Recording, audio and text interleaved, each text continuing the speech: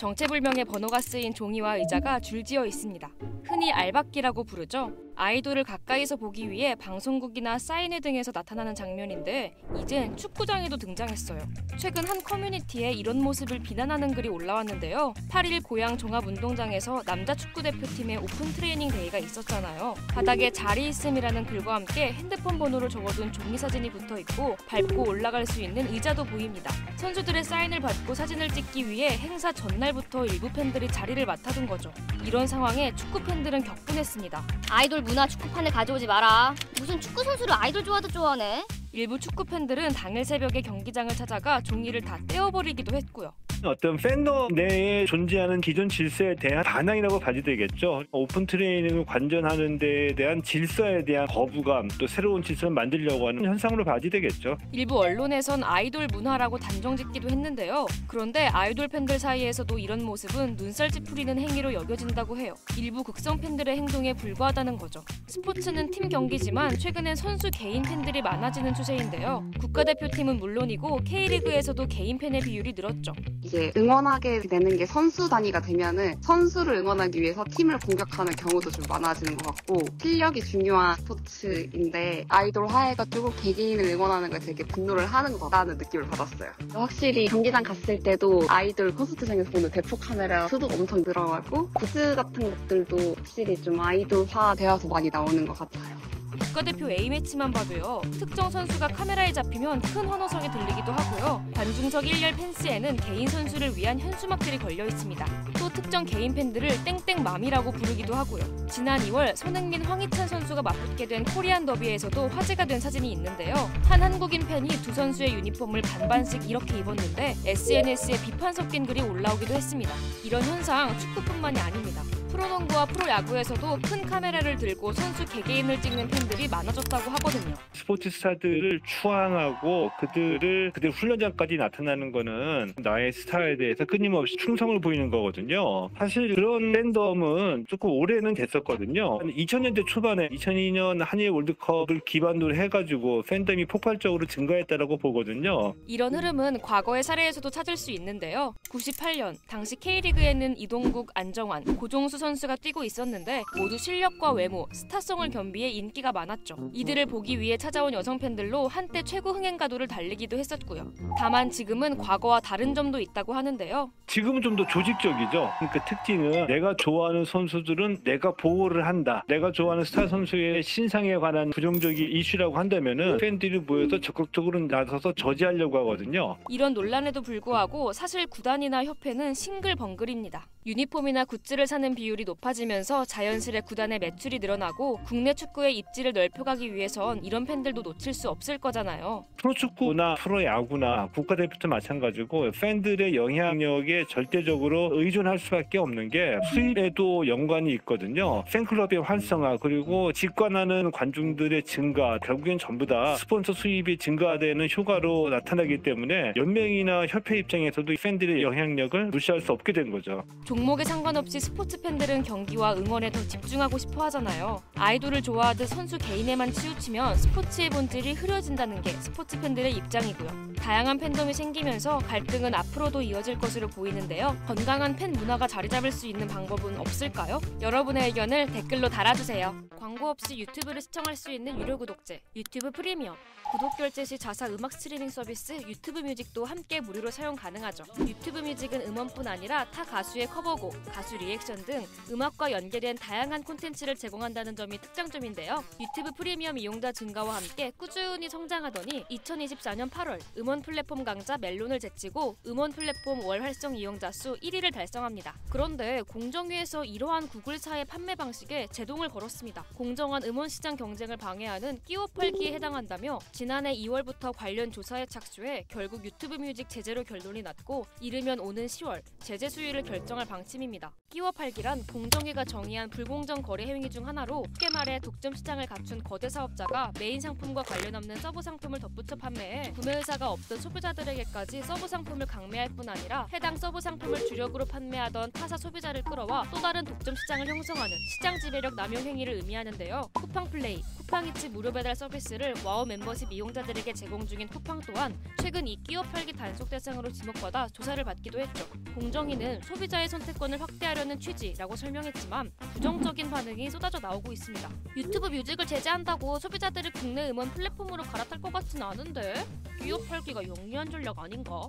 서비스 품질 향상 등을 통해 기업의 자체 경쟁력 강화를 촉구하는 방향이 아닌 소비자의 편의성을 앗아감으로써 국내 음원 플랫폼 이용률을 높이려는 1차원적 시도로 비춰지기 때문입니다. 게다가 이 유튜브 뮤직, 해외에서는 원래 광고를 시청하면 무료로도 스트리밍 가능한 서비스거든요. 과거 국내 시장 도입 당시 이러한 광고 기반 스트리밍에 대한 국내 음원 유통업자들과 각종 저작권 단체의 거센 반발이 이어지자 광고 기반 스트리밍은 월정액 스트리밍보다 저작권료를 더 지불해야 한다는 규정이 신설됐죠. 결국 한국에서는 무료 기능이 빠진 채 서비스가 시작됐는데요. 때문에 국가기관이 이전부터 소비자의 선택권을 중시하지 않는다는 비판으로 이어진 것입니다. 반면 일부 긍정적인 시선도 존재해요. 최대 6명의 가족 구성원이 하나의 프리미엄 계정을 공유할 수 있는 가족요금제 등 비교적 저렴한 구독 제도를 이미 해외에서 서비스 중임에도 한국에는 무조건 유튜브 뮤직을 포함시킨 14,900원의 가격에만 구독이 가능해 이에 대한 지적도 꾸준히 있었거든요. 이번 끼워 팔기 제재로 영상 구독 서비스와 음원 구독 서비스가 분리되어 각각의 구독료는 인하되고 구글의 차별적 판매를 저지하는 효과를 기대 중인 건데요. 하지만 한국에서만 유튜브 프리미엄의 구독료가 크게 급등한다든지 각종 구독 서비스 제공에 제한이 걸린 근본적인 계기는 망사용료, 저작권료 등의 국내 정책에 있기에 뮤직 서비스 제공이 제외된다고 해서 유튜브 프리미엄 구독료가 인하될지는 미지수입니다. 이미 유튜브의 시장 장악이 거의 끝난 상황에서 뒤늦은 제재의 실효성에 대한 의문도 여전히 남아있습니다. 공정위의 유튜브 뮤직 제재, 공정한 경쟁을 위한 정당한 규제, 혹은 K갈라파고스의 일환? 어느 쪽에 더 가깝다고 생각하시나요? 만약 분리징수가 진행된다면 과연 더 저렴하게 유튜브 프리미엄을 이용할 수 있게 될까요? 여러분의 생각을 댓글로 남겨주세요. 평온한 오후, 갑자기 크래피디의 카톡으로 사진 하나가 전달됩니다. 보는 사진 속에는 진짜 너무 슬프당으로 시작하는 블로그 제목이 눈에 띄었고요. 그 뒤로 이상한 일련 번호가 쭉 나열되어 있었죠. 어라? 분명 크래피디의 닉네임도 맞고 블로그 이름도 같은데 직접 쓴 글은 아니었어요. 글을 확인하려고 바로 네이버에 로그인을 해봤는데 기존 비밀번호가 틀렸다는 문구만 계속 떴습니다. 이거 해킹 아니에요? 그제서야 뭔가 이상하다 싶어 핸드폰 알람을 확인해보니 누군가 크래피디의 아이디로 로그인하고 비밀번호를 바꿔놓았다는 알림이 와 있었어요. 혹시나 내 돈을 빼앗아 가진 않을까, 정보를 빼돌려 나쁜 짓을 당하는 건 아닐까 걱정이 되기 시작했어요.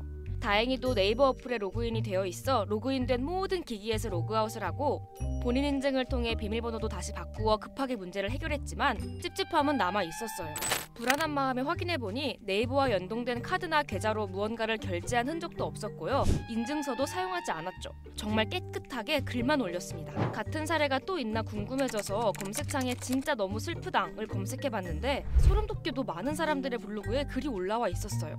대체 왜, 누가 이런 짓을 하는 건지 궁금해지는데 딱히 밝혀진 건 없는 상황. 사건의 전말을 파헤쳐보기 위해 화이트 해커 노말팅님을 모셔 이야기 나누어 보았어요.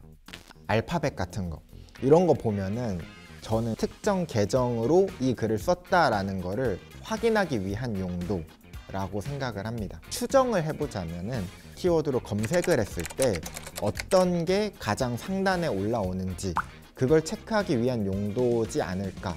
블로그는 광고의 목적으로 사용되기도 하잖아요. 그래서 노출이 가장 잘 되는 계정을 찾아 팔기 위한 용도로 도용을 실시한다는 가설이죠. 이 가설은 네티즌 사이에서도 가장 유력하다는 의견이 많았는데요. 정확한 이유를 알기 위해 네이버 보안팀에 문의를 해보았습니다. 역시 가장 유력하게 지목됐던 마케팅 어뷰징이었어요. 어뷰징이란 타인 계정 도용, 다중 계정 접속 등을 통해 부당한 이득을 챙기는 행위를 말하는데요. 진짜 너무 슬프당 글을 통해 상위에 노출되는 블로그들을 확인하고 어떤 블로그가 홍보나 마케팅 목적에서 더 가치 있는지 순위를 나열하는 목적으로 사용되는 겁니다. 띄어쓰기 없는 이 단어들은 검색 시에 어떤 블로그가 상단에 노출되는지 확인하는 데 용이하다고 해요. 아니, 해커의 의도는 잘 알겠는데 네이버는 한국인들이 중점적으로 사용하는 포털이잖아요. 네이버 계정의 아이디와 비밀번호가 유출된다면 더 많은 피해가 있을 수 있는데요.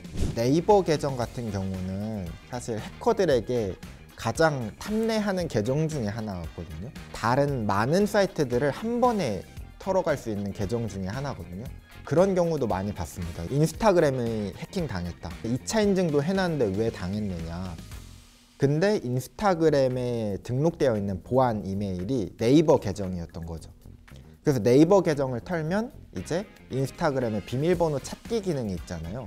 그러면 그 링크가 네이버 메일로 가고 해커는 그 네이버 메일을 통해서 인스타그램 계정을 가져갈 수 있는 거죠. 이런 배후 세력은 한두 집단이 아닐 수도 있다고 합니다. 한 집단에서 하고 있을 수도 있지만 똑같은 유형의 공격들이 진행되고 있잖아요. 이걸 할 수 있는 프로그램이 지금 다크웹이나 어디에서 판매가 되고 있는 거 아닌가. 실제 크래피디의 블로그도 한국에서 2번, 미국에서 1번, 그리고 또 한국에서 1번, 시간 차이를 두고 총 4번의 로그인 시도가 있었는데 이 또한 모든 과정이 조직적이고 체계적으로 진행되어 나타나는 현상이었죠. 그 한국에서 사용하는 네이버 계정은 해외 지역으로 로그인을 하면 알림이 가거나 혹은 차단되는 경우도 있거든요. 그러면 비밀번호가 맞는지도 모르고 로그인에 실패하게 되는 거잖아요. 아마 최초로 로그인을 시도하는 건 한국 IP를 일부러 사용하는 것 같고, 로그인이 된다. 그럼 이제 해외에서도 로그인이 되는지 그다음 테스트를 해보는 거 아닐까. 네이버는 이와 같은 도용을 방지하기 위해 해외를 포함한 타지에서 로그인 시 알림을 보내주고 비정상적인 징후를 가려내는 데 노력하고 있다고 밝혔는데요. 인증을 강화하는 것도 도용을 막는 중요한 방법이라고 해요.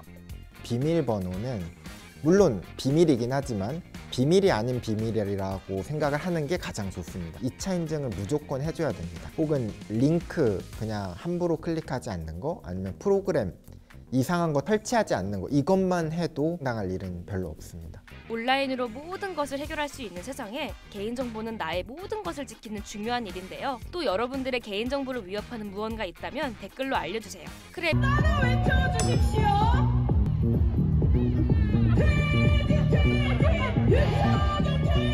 반짝반짝 빛나는 응원봉, 아기자기한 그림과 문구에 깃발까지 등장했고요. 소녀시대, 에스파, 샤이니 등 대표 K-팝 곡들이 연이어 흘러나왔죠. 언뜻 보면 아이돌 콘서트장 같은데요. 이곳 국회 앞에서 연일 펼쳐지고 있는 윤석열 대통령 탄핵을 촉구하는 집회입니다. 국회 본회의에서 윤석열 대통령 탄핵 소추안 표결이 있었던 지난 7일 서울 여의도 국회 앞 거리에는 10만이 훌쩍 넘는 인파가 모였는데요. 그런데 이번 탄핵 시위, 촛불을 들고 나섰던 2016년 박근혜 전 대통령 탄핵 때와 조금 다른 모습이었습니다. 가장 눈길을 끈 것은 형형색색의 응원봉인데요. 촛불이 집회를 상징했던 과거와 달리 이제는 응원봉이 그 자리를 대신했습니다. 네, 요거는 여자 아이들.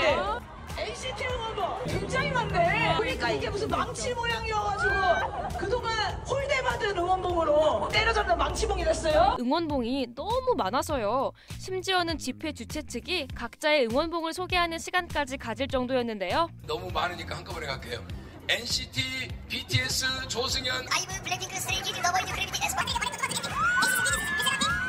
대한민국 아이돌은 다 열받았다. 응원봉 품귀 현상까지 벌어지면서 중고거래 플랫폼엔 응원봉 구한다는 글까지 등장했습니다. 원래는 다이소에서 LED 그런 걸 사가려고 했는데 LED 촉초 같은 거 없더라고요. 한 세 군데를 갔는데, 그래서 그냥 저는 집에 있는 응원봉을 가지고 갔고, 같이 가는 친구한테도 물어보니까 자기도 응원봉 가지고 갈 생각이라고 해서 확실히 엄청 종류도 엄청 많고. 과거엔 집회나 시위에선 주로 민중가요가 들렸는데요. 그런데 이번엔 블랙핑크 로제의 아파트, 소녀시대의 다시 만난 세계, 에스파의 위플래시와 같은 K-팝 아이돌의 노래를 함께 불렀습니다. 국회 쪽으로 행진을 시작을 했거든요. 그때부터 본격적으로 그런 분위기가 나왔어요. 처음에 사람들 앉아있고 그럴 때는 그렇진 않았는데, 그런 댄스 분위기는 확실히 좀 저녁에 행진하고 나서부터 분위기가 그렇게 변했어요. 집회 참여자를 위한 카페 선결제도 등장했는데요. 집회 참여자들이 편하게 머물 수 있도록 다른 시민들이 미리 결제한 음료를 제공하는 건데요. 사장님, 저희 그 선결제로. 네네, 잠시만요. 여의도의 한 카페 사장님은 시위 참가자들에게 무료로 커피를 제공하기도 했습니다. 권력에 맞서는 시민들의 새로운 연대 방식입니다. 개인적으로는 이제 긍정적으로 해석하고요. 사실 제가 좋아하는 말 중에 내가 춤을 출 수 없다면 혁명이 아니다, 이런 말도 있는데요. 이제 과거의 엄숙주의에서 벗어나서 이런 시위에서도 개인의 좀 자유로움과 창발성이 꼽히는 것이 결코 부정적이라고 생각하지 않고요. 오히려 사회운동의 성공에 굉장히 중요한 역할을 하는 것 같습니다. 외신에서도 이번 탄핵 촉구 집회 이렇게 조명했는데요. 분위기는 축제 분위기였지만 관중들은 국가 대통령을 해임해야 한다는 심각한 이유로 참석했습니다. 많은 시위대가 과거 K-팝 콘서트에서 받은 응원봉을 흔들고 있습니다. So this is the third day of protests, and as usual in Korea, it turns into a bit of a party atmosphere, but they are growing in size. 이렇게 달라진 시위 문화. 이유가 따로 있을까요? 개인들 상호간에, 청년들 상호간에 인스타라든지 이런 것들 의견 교환을 할 수 있고 또 거기에서 특정한 사건이라든지 유명인들에 대해서 뭐 풍자하거나 희화하거나 뭐 밈을 만들기도 하고요. 그런 것들이 증폭돼가지고 엄중한 상황임에도 불구하고 약간 재밌어 보이는 현상들이 나타나는 것 같고요. 일각에선 다양한 휴대폰, 통신기술 발달 등으로 공론장이 확대되면서 자연스러운 변화라고 보는 시각도 있습니다. 2000년대 중반부터 이제 서서히 스마트폰의 발전이라든지 아니면 인터넷 기술의 발전에 따라서 이제 점차 변해온 양상이라고 생각이 듭니다. 이제는 촛불을 넘어 응원봉과 K-팝으로 마음을 모으고 있는 시민들. 하지만 아무리 축제 같은 집회여도요. 안전이 우선이라는 점 잊지 않았으면 좋겠습니다. 조두순이가 이사를 갔다는 게 방송에서 나왔더라고요. 조회를 했더니 바로 앞집이더라고요. 이 동네 사람들 다 지금 멘붕이죠. 성범죄자 알림이도 어제 왔어요. 그 무슨 의미야 이사 오고 나서. 지난 25일 조두순이 이사를 했습니다. 최근까지 살았던 경기도 안산시 와동에서 2km 떨어진 또 다른 다가구 주택으로 집을 옮긴 겁니다. 조두순의 새 거주지는 걸어서 3분 거리 안에 어린이집 2곳과 놀이터가 있습니다. 직선거리로 290m 떨어진 곳엔 초등학교가 있는데요. 반경을 1.5km로 넓히면 초중고등학교 10여 곳이 위치해 있습니다. 주민들은 불과 한 주 만에 동네 분위기가 딴판이 됐다고 합니다. 며칠 전만 해도 애들이 바글바글했어요. 문 뒤로부터 아무도 안 보여. 애들이 얼마나 많은데 쏙 들어갔죠. 누가 내보내겠어 겁이 나가지고. 안 그래도 아침마다 일단 학교 데려다주고 하거든요. 일단 지금 왜냐면 바로 집에 나와서 바로 거기니까. 조두순은 2년 전에도 인근 다른 동네로의 이사를 2차례 시도했었는데요. 뒤늦게 신상이 드러나면서 집주인의 계약 해지 요구와 주민 반발로 모두 무산됐습니다. 그때 이를 계기로 인근 부동산들은 조두순 부인의 인적 사항을 공유하기도 했고요. 이 부동산끼리는 서로 이런 전화번호나 정보를 가지고 있었죠. 혹시 찾아볼 수 있으니 조심하자. 그 정보가 없었던 부분이 많이 있는 것 같아요. 그런데 이번엔 조두순 부인은 계약금 500만 원을 한꺼번에 내걸었습니다. 그리고 자신의 남편 조두순을 슈퍼 사장으로 속였습니다. 신랑이 슈퍼 한다 그랬대요. 집이 너무 마음에 드는데 슈퍼해갖고 바빠서 전화를 하면 잘 못 받을 거라고 그렇게 얘기를 했대. 거짓말을 했대. 이사가 끝난 뒤에야 세입자가 조두순이란 사실을 알게 된 집주인과 부동산. 최근 조두순을 직접 만나 이사 비용과 위약금까지 주겠다며 계약 해지를 요구했다고 하는데요. 자기가 아무리 가서 사장하고 의원해도 안 나간대요. 그래서 조두순이 혹시 먼저 이렇게 얘기를 했대요. 자기가 집 밖에 나가서 주민들이나 집주인 눈에 띄면 한 번이라도 띄면 바로 이사 가겠다고. 일단 경찰과 지자체는 방범 대책을 손보고 있고요. 곧바로 조두순의 집 근처에 새 방범 초소를 설치했습니다. 24시간 순찰도 이뤄지고 있고요. 경찰, 지자체, 준법지원센터가 범죄 예방 활동을 하면서 순찰도 하고 예방 활동을 하면서 거점 장소로 이용하는. 조두순을 감시하기 위해 세금은 추가로 나가고 하루아침 조두순과 이웃이 된 애꿎은 주민들만 불안에 떨고 있는 상황. 저희들도 이사를 가려고 좀 준비 중이었었는데 오니까 누가 오겠냐고 집을. 죄진 놈은 잘못된 놈은 잘났다고 돌아다니고 당한 사람은 그걸 숨겨가지고 그 세상에 이런 나라가 있어. 조두순과 같은 고위험 성범죄자들이 출소할 때마다 거주지를 제한하고 일정 기간 보호시설에 살도록 하는 법안이 21대 국회에서 추진됐지만 결국 폐기됐는데요. 중범죄자들의 거주지 이전, 이대로 괜찮은 건지 또다시 논의가 시작됐습니다. 물감 몇 개를 슥슥 섞더니 과자 박스와 똑같은 색을 만들어냅니다. 최근 절대색감이라는 제목의 영상들이 유튜브와 SNS에서 큰 화제가 되고 있는데요. 정말 감쪽같이 가려지는 상표에 와 대박이다. 이거 어떻게 하는 거야?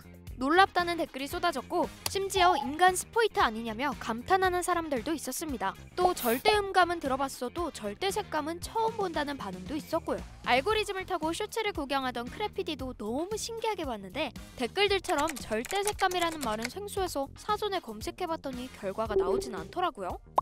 절대음감은 이렇게 설명이 잘만 나오는데 안 되겠다. 절대 색감이란 능력이 진짜 있는 건지 기준이 어떻게 되는 건지 싹 다 알아보기 전에 정말 한 번 딱 보고 색을 똑같이 만드는 게 가능한 건지 너무 궁금하잖아요? 크랩 사무실에서 조색을 의뢰할 만한 물건들을 챙겨서 전문가를 찾아가 봤습니다. 소장님, 이런 색들 진짜 똑같이 만들 수 있나요? 네, 만들 수 있어요. 먼저 연한 분홍색의 컵. 흰색 물감과 분홍색 물감을 섞는데요. 이거야 뭐 당연한 것 같은데 회색 물감도 섞습니다. 회색이 안 들어가면 안 돼요.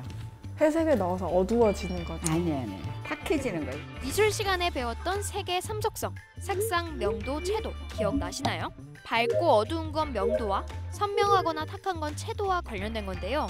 회색 물감은 색을 탁하게, 그러니까 채도를 낮추려고 할 때 섞으면 된다고 합니다. 여기에 노란색 물감을 살짝 섞어 완성하는데요. 완전히 똑같죠? 뚝딱 조색하시는 모습을 보니 아니 이거 사실 쉬운 건가? 싶어진 PD. 한번 도전해봤습니다. 저희 사무실에서 공수해온 초코칩 쿠키통 노란색을 한번 갈색이 들어갈 것 같아요. 잠깐만요. 많이 쓰셔야 돼. 왜냐면 나중에 섞을 때 여기 흰색을 넣으면 흰색이 약간 만병통치약이어가지고 희석시키니까. 2개예요? 네. 2개 안 돼. 어떡하라고. 조색 어렵네요. 약간 빨간 게 필요할 것 같아요. 이거 일단 정확하게 섞으세요. 나중에 딴 색이 섞여요. 수업하고 있는 것 같아요. 그냥 뜨지 마시고 이게 이제 채도가 굉장히 강하잖아요. 그러면 이건 짙은 거니까 10분의 1 생각하고 조금씩 넣어서 하는 거예요. 점점 멀어지는 것 같아. 약간 파운데이션 화장품 색깔이. 네, 그 이유가 왜 그럴까요? 모르겠어요. 화이트가 들어가서. 모든 색깔을 밝게 할 때 사람들은 흰색이 들어가면 색깔이 밝아진다 생각해요. 밝아졌는데 엉뚱한 색깔로. 조색에 미숙한 사람들이 많이들 하는 실수가 채도가 높은 색 물감을 한 번에 많이 섞고 여기서 더 밝은 색을 만들어야 된다 하면 무조건 흰색 물감을 섞으려 하는 거라고 하는데요. 이땐 섞이고 있는 물감을 살펴가면서 조금씩 추가해주고 좀 더 밝거나 어둡게 만들고 싶다고 해서 무조건 흰색이나 검은색 물감을 섞는 게 능사가 아니라는 걸 기억해야 한다고 합니다. 흰색을 없애야 되잖아요. 옐로우로 해서 다시 따뜻하게 색깔을 만들어주는 거예요. 그다음 이제 오렌지 색깔 정식으로 가는 거예요. 우와, 완전히 똑같아진 색! 저는 먼 길을 돌아갔지만 소장님이 설명해 주시길 주황색 베이스에 노란빛이 많이 도니까 노란색을 섞고 갈색을 약간 넣으면 바로 나오는 색이라고 해요. 조색에는 페인트를 만드는 공장 같은 데서 컴퓨터 장치를 이용해 자동으로 조색하는 게 있고 지금 우리가 다루고 있는 것처럼 색을 눈으로 보면서 손으로 직접 만드는 육안 조색이 있는데요. 이런 경우에 각 색상마다 이 색이랑 이 색이랑 섞으면 만들어진다 하는 조색 공식 같은 게 존재하는 걸까요? 어렵긴 하겠지만 그거 다 외우면 절대 색감 될 수 있는 건가? 그렇진 않아요. 시각적인 자극은 좀 더 변수가 많아요. 한동안 착시드레스 기억하세요? 근데 제가 아무리 색칠 전문가고 저는 여전히 그거를 흰색하고 금색으로 보거든요. 같은 자극이잖아요. 근데 사람마다 조명을 다르게 봐서 그렇거든요. 조명까지 생각을 해서 그 물체에 대해서 무슨 색이겠구나라고 판단하는데 그리고 놀라운 거는 왼쪽 눈하고 오른쪽 눈도 사실은 조금씩 다른 색을 봐요. 차이가 안 날 뿐이죠. 그러니까 색이 절대적인 값으로 어떤 장소에서든 어떤 사람에게든 균일하게 존재하는 게 아니고 같은 색 자극이어도 사람마다 심지어 한 사람의 두 눈이지만 각각도 다르게 볼 정도로 상대적인 거라 절대적인 조색 공식이 있다는 아니고 어떤 색을 맞닥뜨리자마자 아, 뭘 섞으면 이 색이 나오겠다 하고 생각하는 건 직관적으로 아는 거고 노하우가 쌓인 거라고 해요. 많이 해본 거고 아는 거죠. 컴퓨터로 디자인하시는 분들은 RGB로 섞을 줄 알 거고요. 인쇄하시는 분들은 어느 정도의 CMY가 섞이면 이 색이 되겠구나라는 걸 아는 거죠. 또 우리가 빨간색 물감과 파란색 물감을 섞으면 보라색이 나온다는 걸 알지만 빨간색과 파란색을 얼만큼씩 배합할 건지 또 같은 빨간색이어도 차가운 톤의 빨간색을 쓸 건지 따뜻한 톤의 빨간색을 쓸 건지 이런 모든 것들은 직관적으로 판단해 선택하는 것입니다. 보통 그냥 옐로우가 다 옐로우라고 생각하거든요. 베이스가 틀린 거거든요. 여기에서 그 컬러 톤이 여기 풀 색깔이 들어가요. 그래서 색깔을 딱 보고 무슨 색깔 써야지 무슨 색깔이 나온다는 거예요. 또 아까 남겨뒀던 궁금증. 절대 음감은 정의가 잘 나오는데 절대 색감은 왜 안 나오지? 하는 질문에 대한 답도 비슷한 맥락입니다. 시각적인 거는 사실 그 절대 색감이라고 말하기 무색할 만큼 너무나도 복잡해요. 피아노를 하든 플루스를 하든 간에 그 음을 내면은 그 음이 뭔지를 알아내는 사람은 절대 음감이 있다라고 얘기를 해요. 그리고 투너기라고 해가지고서는 음 맞출 때 도레미파솔라시도 이렇게 나오게끔 뜨는 그런 장비들이 있거든요. 근데 시각은 그렇게 단순한 장비가 없어요. 그러니까 같은 선상의 감각이 아니라고 볼 수 있어요. 그래도 이 능력이 있다면 절대 색감에 가깝다고 말할 수 있다고 해요. 절대 색감을 가졌다라는 거는 사람이 감성의 동물이기 때문에 과학적인 기계가 아니잖아요. 그래가지고 정확한 색을 보는 실력, 정확한 색을 만드는 실력, 그 다음에 정확한 색깔에 대해서 나오는 느낌을 아는 능력, 그런 능력들이 다 있어야 되거든요. 그 세 가지를 가지면 절대 색감 정도가 되지 않을까요? 마지막으로 사람들이 절대 색감에 관해 많이 궁금해했던 것 중 하나가 그림을 잘 그리면 미술을 잘하면 조색을 다 잘하는 건가 하는 거였죠. 그림 그리는 사람이라고 해서 색을 정확하게 보는 건 아니더라고요. 아무 생각 없어요. 그건 아무 생각 없어요. 입을 모아 그건 아니라고.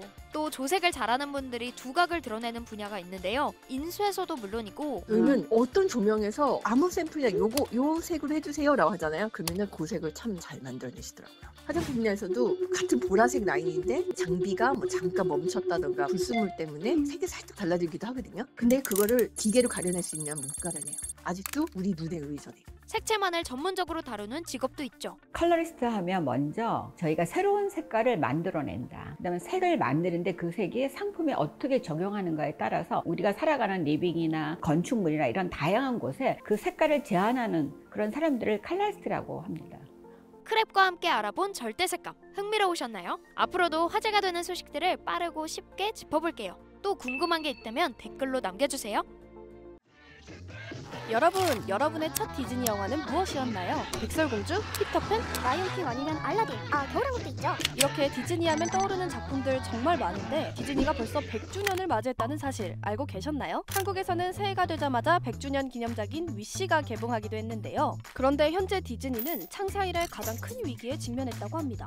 어떻게 된 일일까요? 크랩이 디즈니의 100년 그리고 현재를 자세히 알아봤습니다. 디즈니는 두 형제의 꿈으로부터 시작됐는데요. 1923년 애니메이터를 꿈꾼 월트 디즈니는 형 로이 디즈니와 함께 애니메이션 스튜디오를 설립하게 됩니다. 그리고 여러 번의 시행착오 끝에 미키마우스 영화이자 최초의 유성 애니메이션인 증기선 윌리가 탄생하게 되죠. 그 후 세계 최초의 장편 애니메이션, 최초의 실사와 애니메이션 결합 영화 등 최고의 기록을 매번 새로 쓰며 디즈니는 그야말로 애니메이션계를 점령하게 됩니다. 우리나라에서도 겨울왕국 시리즈가 도합 약 2,400만의 흥행 기록을 세우며 디즈니 명성을 과시했죠. 그렇게 승승장구할 줄만 알았던 디즈니 2023년 때 아닌 위기를 맞이하게 됩니다. 더마블스, 인어공주 등 대작을 내세웠음에도 2014년 이후 처음으로 개봉작 중 단 한 편도 10억 달러의 수익을 넘기지 못한 건데요. 이 와중에 최근 100주년 기념작으로 개봉한 위시에 대한 평마저 크게 갈리고 있습니다. 실제 위시를 본 국내 관객들은 영화에 대해 어떻게 생각하고 있을까요? 큰 내용적인 면에서는 좋았는데 100주년이라고 해서 나온 거면 의미 부여에 대해서는 괜찮지만 스케일이나 이런 거에서 조금 못 미치지 않았나. 전작들에 비해서는 약간은 아쉽죠. 2020년대 들어서 나온 디즈니 영화들 감을 잃지 않았나. 100주년에 걸맞는 그런 작품을 만들기 위해서. 근데 그런 시도에서는 저는 칭찬해주고 싶어요. 그런데 조금은 아쉽다는 평을 한 어른들과는 달리 아이들은 재밌다는 반응입니다. 위시가 더 재밌었어요. 너무 슬프고 감동적이고 재밌게 봤어요. 점점 그래도 갈수록 재밌었던 것 같아요. 어른들에게는 기념작 기대에 못 미친 아쉬움을, 아이들에게는 감동을 주는 재밌는 영화였던 건데요. 생각해보면 예전의 디즈니는 모두가 즐겨보는 영화였던 것 같은데 뭐가 달라진 걸까요? 디즈니의 지향점은 되게 분명했거든요. 보편타당하게 모든 사람들이 봤을 때 비슷한 감동을, 비슷한 행복을 느낄 수 있게끔 만드는, 그래서 아이들 영화가 아니고 오는 가족 영화인 거예요. 아이들을 위해서 만드는 거랑 아이들도 어른들도 같이 볼 수 있게 만드는 건 완전히 다른데 90년대 디즈니가 지향했던 건 아이들, 어른들 모두 공감하고 행복해 주시는 얘기에 초점이 맞춰졌던 것 같고 2000년대 이후에 넘어가면서 좀 많이 바뀌었죠. 디즈니 위기의 또 다른 이유, 올바른 메시지 전달에만 집중해 즐거움을 놓치고 있는 게 아니냐는 비판이 나온다는 건데요. 과도한 PC주의 논란입니다. 어느 순간부터 약간 우선순위에 문제가 생긴 거예요. 정치적 올바르한 것 자체가 문제라기보다는 재미나 행복이나 요게 제일 앞에 이야기 자체 즐거움이었을 때가 있는데 어느 순간 메시지가 앞자리에 가게 되기 시작한 거죠. 내가 맞고 네가 틀렸어, 아니면 이게 맞아 라고 하고 가르친다는 인상을 받기 시작하면 그게 문제인 거예요. 보고 나서 결과로서 다양성이나 정치적 올바름이나 이런 것들이 납득되어야 하는데 그걸 중심으로 이야기를 짜기 시작하니까 모두의 이야기라는 가치도 어느 순간부터 약간 후순위로 밀리게 되는 거죠. 그게 한두 번이었으면 또 상관없는데 계속 반복이 되다 보니까 비판의 목소리가 점점 커지자 지난해 말 디즈니 CEO 밥 아이거는 관객들의 즐거움에 초점을 둬야지 특정 메시지를 전달하려고 영화를 만드는 것은 잘못됐다라고 시인하면서 정치적 올바름을 우선하는 사내 문화를 바꾸겠다라고 천명하기도 했어요. 디즈니 애니메이션 하면 떠오르는 그림체, 연출에서도 변화가 있었는데요. 90년대 들어가면서 극장용 장편 애니메이션 작품들이 나오면서 아, 이게 디즈니 애니메이션이구나. 판타지아처럼 아주 고퀄리티 애니메이션만 줄 수 있는 시각적인 쾌감이 있었거든요. 이 시각적 쾌감의 극단에 있는 작품들이 라이온킹처럼 대표되는 디즈니 장편 애니메이션이라고 봐요.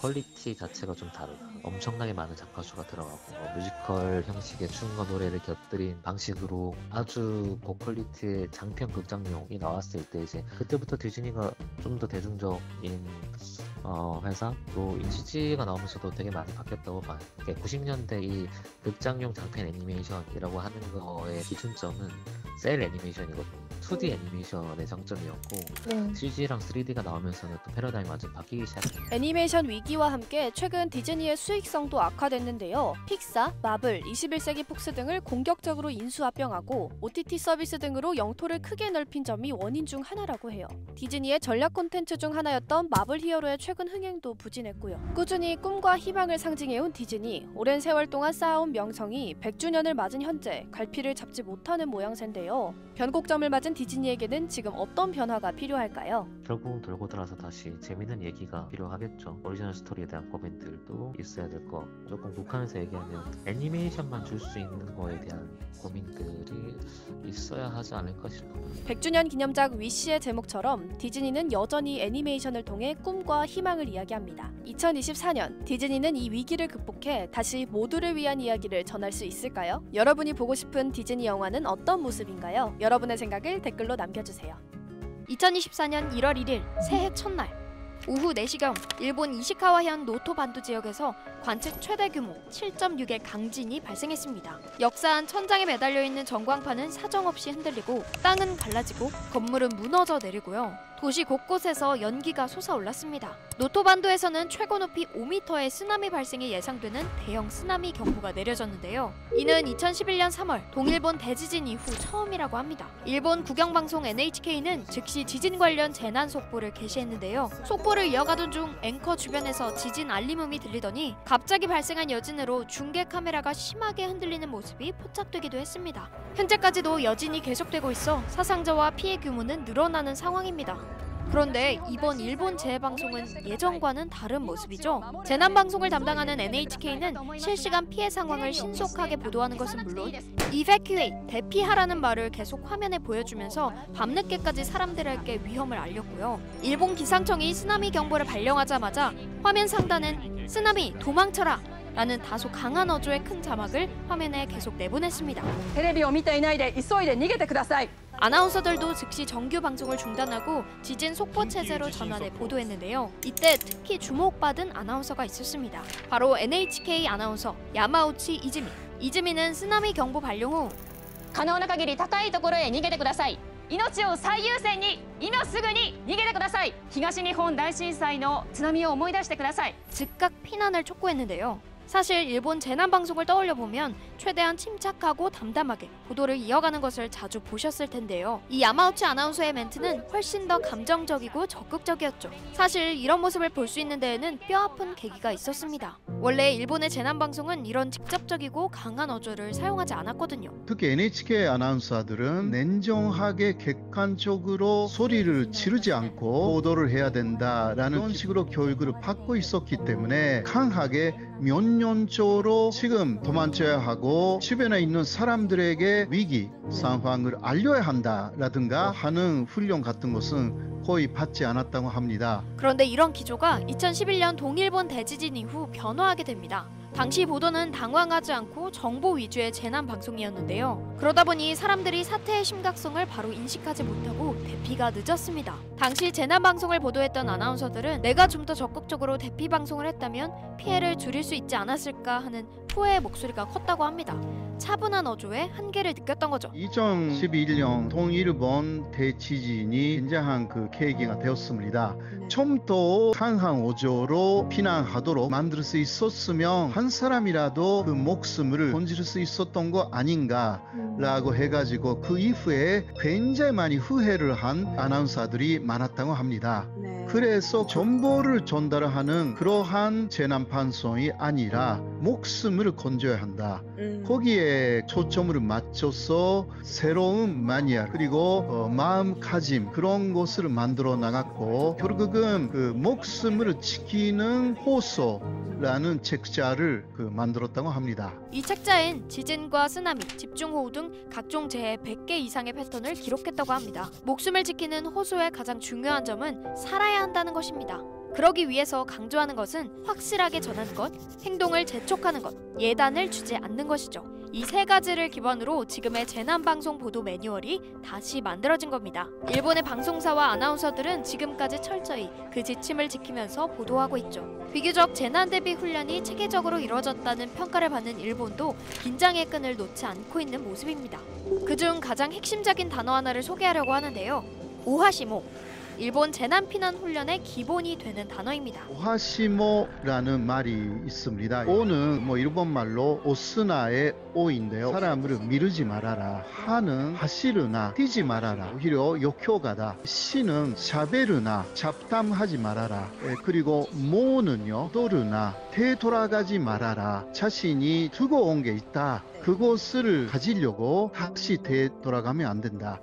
이러한 것이 하나의 원칙이 돼가지고요. 몸에 밴 피난의식, 그리고 수많은 희생과 노력으로 그들만의 노하우를 쌓아오고 있는 일본. 급변하는 기후변화로 인해 자연재해는 늘어만 가고 우리나라도 이제는 지진에서조차 안전한 국가가 아닌 만큼 일본의 비극을 애도하면서도 그 나라의 경험과 깨달음을 배우는 자세도 필요하지 않을까요?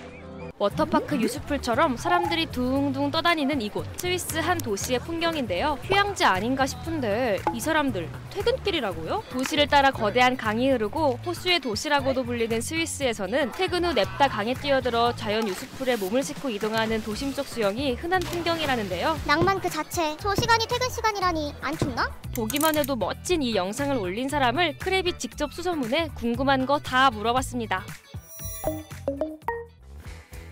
Hi everyone, my name is Hannah. I'm an immigrant in Switzerland. I came to Switzerland and I got really surprised about their culture. So I started to make videos online about it. 영상 속 아름다운 강, 대체 어디에 있나요? The name of the river is Aare in Bern. It's a very strong and big river. Like everyone is there, like it's just the whole crowd swimming. It's very common in Switzerland. 실제로 회사가 강 근처에 있으면 수영을 해서 통근하는 사람들이 많다고 하는데 정말인가요? Yeah, that's true. It's really a happy moment to look forward to after work. In summer, it gets dark at like 9-10 p.m. It's quite fast. Lots of people do that, and they say that it's just like refreshing, you know. 물살의 흐름과 회사의 위치에 따라 출근 때도 수영할 수 있고요. 수영을 잘 못해도 튜브를 안고 있으면 강한 물살이 몸을 밀어준다고 해요. The current is really strong. So mostly you just chill, you know. You just relax, and the river just takes you. 영상 속 사람들 뭔가를 하나씩 안고 있는 거 튜브인 것 같기도 한데 이건 소지품이 물에 젖지 않도록 하는 방수 가방이라고 합니다. They just take the dry bag, put all their stuff like phones inside, they wrap it, they throw first the bag, then they jump after the bag so that they can swim to it. 수영을 해서 이동하면 걸어서 30분 정도의 거리를 5분 만에 도착할 수 있다는데요. 강에는 일정 거리마다 출구를 알려주는 표지판도 있습니다. There are lots of signs everywhere and you really feel like a motorway. There'll be an exit in like 100 meters. Like then they say soon there will be the end of the swimming area and you need to get out. 출구 근처 곳곳에는 탈의실과 버스 정류장이 있어서 국가 전반적으로 수영 문화가 장려되는 분위기라고 해요. 깨끗한 수질 유지를 위해 정기적인 검사와 평가가 실행되고요. 쓰레기 투기에 대한 규제도 아주 엄격하다고 합니다. I can't even imagine someone throwing stuff into the lake or the river, to be honest, because recycling and rubbish culture in Switzerland is very strict.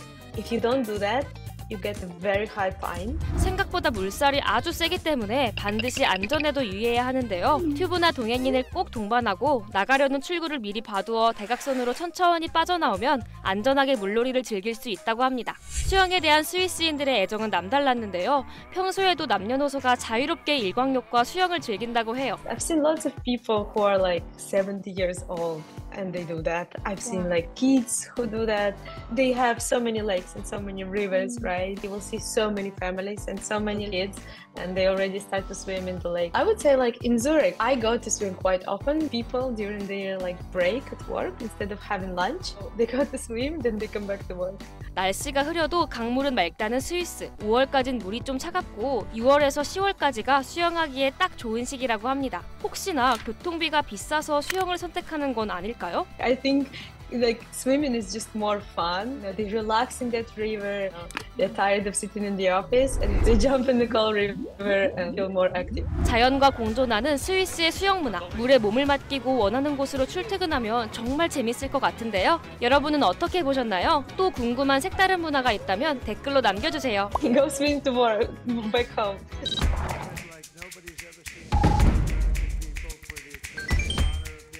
Yes, I want to thank the American people for the extraordinary honor of being elected your 47th president and your 45th president.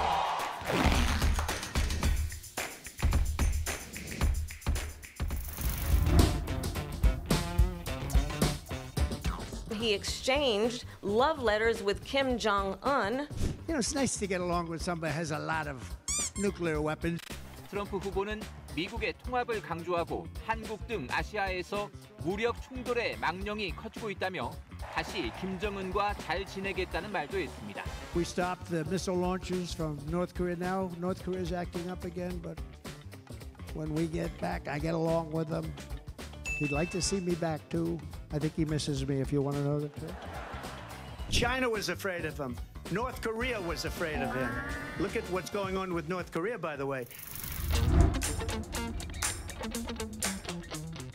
They pay us like nothing. I changed that. But now Biden, I understand, wants to break it. If I were there now, they'd be paying us $10 billion a year. And you know what? They'd be happy to do it. It's a money machine. It's a money machine. We have the worst trade deals all over the world. South Korea, we protect them from North Korea. And they're a rich country. No, we have to start. We cannot be taken advantage of any longer. 트럼프 전 대통령은 경제 공약을 내세우며 지지층 결집에 나섰습니다. 그러면서 미국 우선주의를 거듭 천명했습니다. 해외로 빠져나간 제조업 일자리와 공장을 미국으로 돌아오게 한다는 겁니다. Under my leadership, we're going to take other countries' jobs. Did you ever hear that expression before? I will give you the lowest taxes, the lowest energy costs, the lowest regulatory burden, and free access to the best and biggest market on the planet, but only if you make your product here in America. 중국산 자동차에는 고율의 관세를 부과하겠다고 말했습니다. 미국에서 차를 팔려면 미국에서 만들어야 한다는 겁니다. So we'll put a tariff of approximately 100 to 200% on each car, and they will be unsellable in the United States. Who's going to have higher prices is China. I was the only president ever. China was paying us hundreds of billions of dollars. 또 재임 시절 한국산 트럭의 보호 관세를 유지해 미국 소형 트럭 산업을 살렸다며 고강도 보호 무역을 예고했습니다. And if I didn't have that tax, the most successful product made in this country is the small trucks. If I didn't get that tax, South Korea and China would be destroying us now with additional product. We saved them. And in those cases, everyone...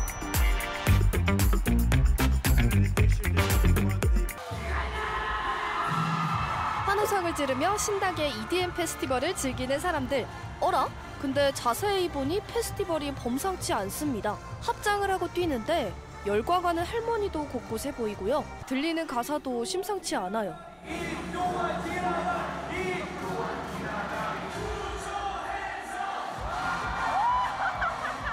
DJ는 심지어 스님? 그런데 단 1시간 전까지만 해도 한쪽에서는 명상을 하고 마음을 가다듬고 차를 마시는 광경을 볼 수 있었는데요. 도대체 뭐 하는 곳이야? 싶은 현장. 바로 서울국제불교박람회입니다. 주최 측은 행사 전부터 나 빼고 재밌는 거 하는 불박근황이라는 참신한 문구로 이목을 끌었어요. 여러분, 의심할 수 있지만 조계종이 주최하는 종교 행사 맞습니다. 이 소식을 본 사람들의 반응도 뜨거웠어요. 행사 당일 현장은 예상대로 핫했죠. 기대 이상이고요. 다음에 이게 핫하면 봐야죠. 제 친구들도 좋아할 것 같고 되게 재밌었어요. 종교 행사인데도 불구하고 문화를 즐기러 온 젊은이들이 많았어요. 이런 말 해도 되나? 저는 사실 모태신앙 기독교도인데 제가 한복에도 관심이 많고 또 사찰 음식에도 관심이 많아서 원래 불교에 관심 있었는데 친구가 오자고 해가지고 요가를 좋아하는데 불교 쪽이랑도 연관이 많이 돼 있어서 이날 이렇게 힙한 굿즈들도 눈길을 끌었는데요. 한쪽에선 나만의 공덕을 쌓을 수도 있었어요. 이날 가장 주목을 받았던 건 바로 뉴진 스님이었죠. 현장에서도 뉴진 스님의 디제잉과 퍼포먼스가 엄청났는데요. 잠깐 보고 갈게요.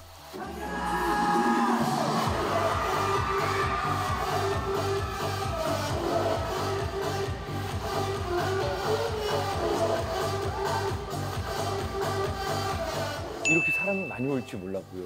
국제 불교 박람회 역사상 처음이라고 합니다. 이렇게 들썩들썩 걸었던 거는 10년이 거의 다 됐는데 불빛이 쨍쨍하게 떠 있고 형광등이 환하게 떠 있는데도 이렇게 본인이 잘 보이는데도 엄청 놀아서 너무나 감동이었어요. 중장년층들이 이제 많았었습니다. 젊으신 분들이 MZ라고 하죠. 그런 거 잘 몰라서 이제 연령대가 다양해졌습니다. 떼창되었던 노래의 가사도 인상적이었어요. 친구가 잘 나가서부터 미래가 보여서부터 이 또한 지나가리 이 또한 지나가리. 가사는 제가 다 썼고요. 요즘에 좀 시기적으로 많이 힘들어하시는 분들은 많기 때문에 그런 분들을 좀 위로하는 차원에서 이렇게 보니 불교가 친근하게 다가오는데요. 과거엔 정적이고 재미없단 오해를 받았지만 불교 브랜딩이라는 말이 생길 정도로 힙해졌다는 분위기입니다. 원래 불교가 파격적입니다. 시대에 맞게 그 문화가 또 같이 융합된다고 하는 거죠. 자비라는 말이 있잖아요. 큰 즐거움을 주고 큰 괴로움을 덜어준다는 뜻이 자비거든요. 그런 모습에서 모든 것이 다 이루어졌던 것이죠. 이색적인 불교 박람회 어떠셨나요? 새롭고 보고 싶은 곳이 있다면 댓글로 남겨주세요. 크랩이 또 다녀올게요. 온라인 커뮤니티에 올라온 한 글. 팀원 진짜 욕 나오네요. 내일 제주 출발 비행기 취소됐어요. 당장 내일 출발하는 비행기 티켓 지금 취소된다고 문자 왔습니다. 팀원을 통해 비행기 티켓을 예약, 발권 확정에 사전 체크인까지 완료했는데 출발 전날 여행사로부터 갑자기 항공 취소 연락을 받은 겁니다. 심지어 티켓이 취소되지 않으려면 여행사의 티켓 값을 재입금해야 하고요. 기존에 결제한 금액은 팀원을 통해 환불받아야 한다고 안내되어 있습니다. 소비자 입장에서 황당한 일이죠. 그런데 현재 동일한 일을 겪는 피해자들이 속출 중이라고 합니다. 사유는 바로 티몬의 정산지연. 본래 이커머스사는 입점 업체들의 매출 발생 시 수수료를 뗀 금액을 일정 기간 후에 지급하는 방식으로 정산 시스템을 운영하는데요. 22일 티몬에서 판매자들에게 이 대금 정산이 지연되었음을 고지했습니다. 이에 업체들은 구매 완료 처리된 상품들을 대거 취소해 소비자들에게까지 영향이 미친 겁니다. 뿐만 아니라 하나투어, 모두투어 등 주요 여행사들은 티몬과 제휴해 판매 중이던 패키지나 항공 상품을 모두 내렸고요. 밀린 대금에 대한 내용 증명을 보내 법적 대응까지 예고하고 있습니다. 1세대 이커머스 중 하나인 티몬, 대체 무슨 상황일까요? 사실 이미 이달 7일 티몬과 같은 큐텐그룹 계열사 위메프에서도 정산 지연 사태가 벌어졌었죠. 당시 위메프에서는 전산 오류라고 입장을 표명했지만 일부 판매자들은 위메프의 입장문에 강한 불신을 드러내고 같은 시기 진행된 티몬 캐시 10% 할인 행사 또한 큐텐 자금이 부족해서 진행되는 현금 돌려막기 아니냐며 큐텐 연쇄 부도 위기서를 제기하기도 했습니다. 이러한 논란에 티몬에서는 위메프 측 주장을 긍정하는 반면 티몬에서는 정산 지연이 발생하지 않는다고 선을 그었고 모회사 큐텐에서도 판매자 보상책을 발표하며 일시적인 현상일 뿐이라고 일축했는데요. 채 한 달도 지나지 않아 같은 사태가 반복되자 일각에서는 큐텐과 산하 계열사들이 정산 대금을 지급하지 못할 만큼 심각한 자금난에 처했다는 게 기정사실화되어 가고 있습니다. 이번 사태의 주체 티몬만 봐도 몇 년간 연달아 적자 행진 중인데요. 2016년 기업 가치가 1조 원을 넘어서며 유니콘 기업이라 불렸던 것에 대비해 2022년에는 약 2천억 원으로 몸값이 뚝 떨어질 정도였죠. 당시 집계된 티몬의 자본 총계는 마이너스 6,386억 원으로 완전 자본 잠식 상태. 1년 안에 갚아야 하는 유동부채는 7,193억 원인 것에 비해 현금화 가능한 유동자산은 1,309억 원으로 가진 자산을 모두 현금화해도 빚을 갚을 수 없는 상황임이 밝혀집니다. 티몬은 매년 4월경 감사보고서를 공개해왔는데 올해는 아직까지도 공개하고 있지 않다는 점 등을 보면 재무 상황이 불안정하다는 의미로 받아들여집니다. 이러한 상황에 다다른 데에는 내외부적 요인이 있는데요. 우선 각각 로켓 배송, 당일 배송으로 편의성을 어필하고 멤버십 제도로 자사만의 소비 생태계를 조성, 이커머스 시장을 양강체제로 굳힌 쿠팡, 네이버와 달리 티몬은 이렇다 할 차별화 전략이 없어 성장이 주춤했고요. 2022년 9월 티몬을 인수한 큐텐은 나스닥 상장을 목표로 연달아 적자 기업들을 인수해왔는데요. 근 몇 달간 큐텐 소속 국내 판매자들뿐 아니라 해외 판매자들도 정산 지연으로 인한 피해를 호소하고 있어 무리하게 몸집을 불리려다 자금 압박을 겪고 있는 것 아니냐는 해석이 나오고 있습니다. 현재 티몬은 공지사항을 통해 위메프 사태 당시 언론의 부정적 보도로 일부 판매자들의 판매 중단이 이어졌고 거래 규모가 일시적으로 감소한 탓이라며 빠른 시일 내에 순차적으로 지연된 대금을 지급하겠다 밝혔는데요. 큐텐사 대표도 급히 귀국해 정산 지연 사태에 대한 해결책을 논의 중이라고는 하는데 정작 환불 조치조차 제대로 이루어지지 않고 있습니다. 과연 티몬은 지금의 사태를 극복하고 다시금 이커머스 시장 주자로 뛰어들 수 있을까요? 여러분의 생각을 댓글로 남겨주세요. 최근 미국 정부의 한 소송이 뜨거운 응원을 받고 있습니다. 힘내라! 응원한다! 이겨라! 정부가 드디어 사람들을 위해 좋은 일을 하는군. 이 소송 지지합니다. 이런 폭발적인 응원의 이유, 미 정부가 포토샵 등으로 유명한 어도비를 고소한 사건 때문인데요. 미 연방거래위원회는 어도비가 온라인 쇼핑기획 신뢰 회복법을 위반했다며 민사소송을 제기했다고 밝혔죠. 원래 어도비는 포토샵, 프리미어 프로 등의 프로그램을 구매하면 무기한으로 사용할 수 있었어요. 2012년부터는 판매 방식이 바뀌었는데요. 우선 한 달, 1년 등의 사용 기한을 정해뒀고요. 중간에 구독을 취소할 경우엔 취소 수수료를 물게 했죠. 마치 통신사 할인 약정을 깨면 위약금을 물어야 하는 것처럼요. 취소 수수료를 받는 것은 회사의 정책이니 그렇다고 쳐도 취소 수수료에 대한 자세한 안내가 없어 소비자의 불만이 터져나온 겁니다. 맨 처음에 구독했을 때는 전혀 인지하지 못하고 있었고요. 할인이 얼마나 되는지에 대한 것들만 눈에 보였던 것 같습니다. 아니 어느 정도길래 소비자들이 취소 수수료가 있는지 모르는 걸까요? 이용자들의 이야기 들어봤어요. 구매 페이지를 보면 월 단위로 구독 금액을 보여주는데요. 당연히 월 구독료가 얼마구나 라는 생각을 하게 되죠. 이 금액이 괜찮다 하면 제가 파란 버튼을 누르게 되고요. 이 다음 페이지에서 아까 봤던 금액 외에 두 가지 옵션이 더 생겨요. 근데 확인을 해봤는데 원래 금액이 제일 저렴하고 원래 봤던 그 옵션이 또 디폴트로 이렇게 선택이 이미 돼 있어요. 그러니까 별 의심 없이 이제 진행을 하게 되죠. 굉장히 찰나의 순간인데 여기서 이제 사람들이 중요한 거를 놓치게 돼요. 월 단위 금액은 사실은 1년 약정이 전제되어 있는 할부 개념의 금액이거든요. 소비자들은 약정이 있다는 것을 모른 채 어도비와의 계약을 맺게 되는 건데요. 취소 수수료 부분은 작은 글씨로 안내되고 도구 팁을 누르지 않으면 상세한 내용을 볼 수 없죠. 이게 아주 조그맣게 연간이라고 적혀있는 부분이 있기는 한데 이걸 가지고 1년 약정이다라고 소비자가 내용을 파악하기가 너무나 어려운 거죠. 도구 팁을 누른다고 해도요. 14일 이후에 취소하면 취소 수수료가 부과된다고 안내되어 있을 뿐 취소 수수료의 액수나 계산 방법, 적용 제품에 대한 상세한 내용은 없어요. 취소를 결심한 이용자들은 상당한 금액을 물어내야 하죠. 학생 플랜으로 26,400원인데 프로모션까지 받으면 18,000원에 이용을 할 수 있어서 좀 훨씬 저렴해서 그걸로 선택을 했습니다. 수수료는 거의 한 20만 원 정도로 나왔던 것 같아요. 1년 단위로 구독하면 더 쌀 거야 유도해놓고 취소하겠다고 하니까 지금 취소하면은 한 8만 원 내야 되는데 괜찮아? 이래가지고 너무 황당했고요. 취소를 하는 과정을 살펴보니 이 절차도 아주 복잡해요. 사용자가 구독 취소를 할 때 왜 해지하려고 하는지, 왜 해지하고 싶은지를 이제 대답해야 되는 페이지가 있어요. 일반적인 경우는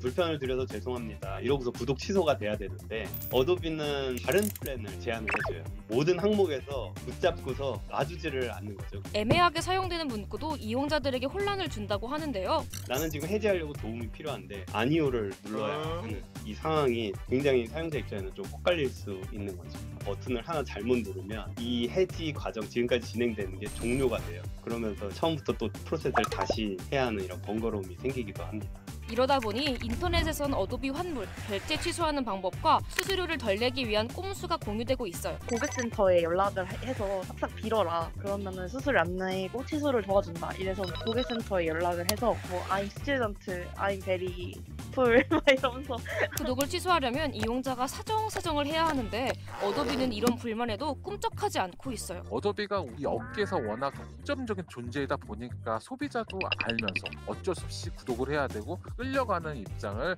교묘히 활용한 예라고 볼 수 있는 거죠. 디자인과 편집을 하려면 포토샵, 프리미어, 일러스트, 애프터 이펙트, 인디자인, 라이트룸 등을 써야 할 만큼 어도비가 해당 업계를 독점하고 있잖아요. 이런 독점권을 활용한 논란도 있었는데요. 유저들의 창작물을 AI 데이터로 사용하기 위해 자유롭게 접근할 권리를 요구했고 이에 동의하지 않으면 프로그램 이용이나 구독 취소를 할 수 없도록 했죠. 이런 방침에 지쳐 어도비와의 이별을 결심한 이용자도 많아요. 문제들을 알리면서 어도비 대신에 대체할 수 있는 사이트나 어플들을 정리해 놓은 사진 같은 게 있었어요. 그 수수료 문제도 있고 그 AI 문제도 있고 너무 악랄한 짓들을 하니까 어도비 해지하고 피그마나 다른 어플들을 결제해서 쓰고 있습니다. 구독 경제는 고물가 시대에 소비자들에게 선택권을 넓혀주는 대안으로도 보는 시각도 있잖아요. 그런데 어도비처럼 구독 서비스를 역으로 이용해 소비자들을 더 힘들게 하는 경우도 빈번하게 발생하고 있는데요. 구독을 할수록 소비자가 안 무서운 거예요. 왜냐하면 소비자 락인되어 있기 때문에 미래의 큰 이슈는 소비자의 선택권이 박탈되는 거거든요.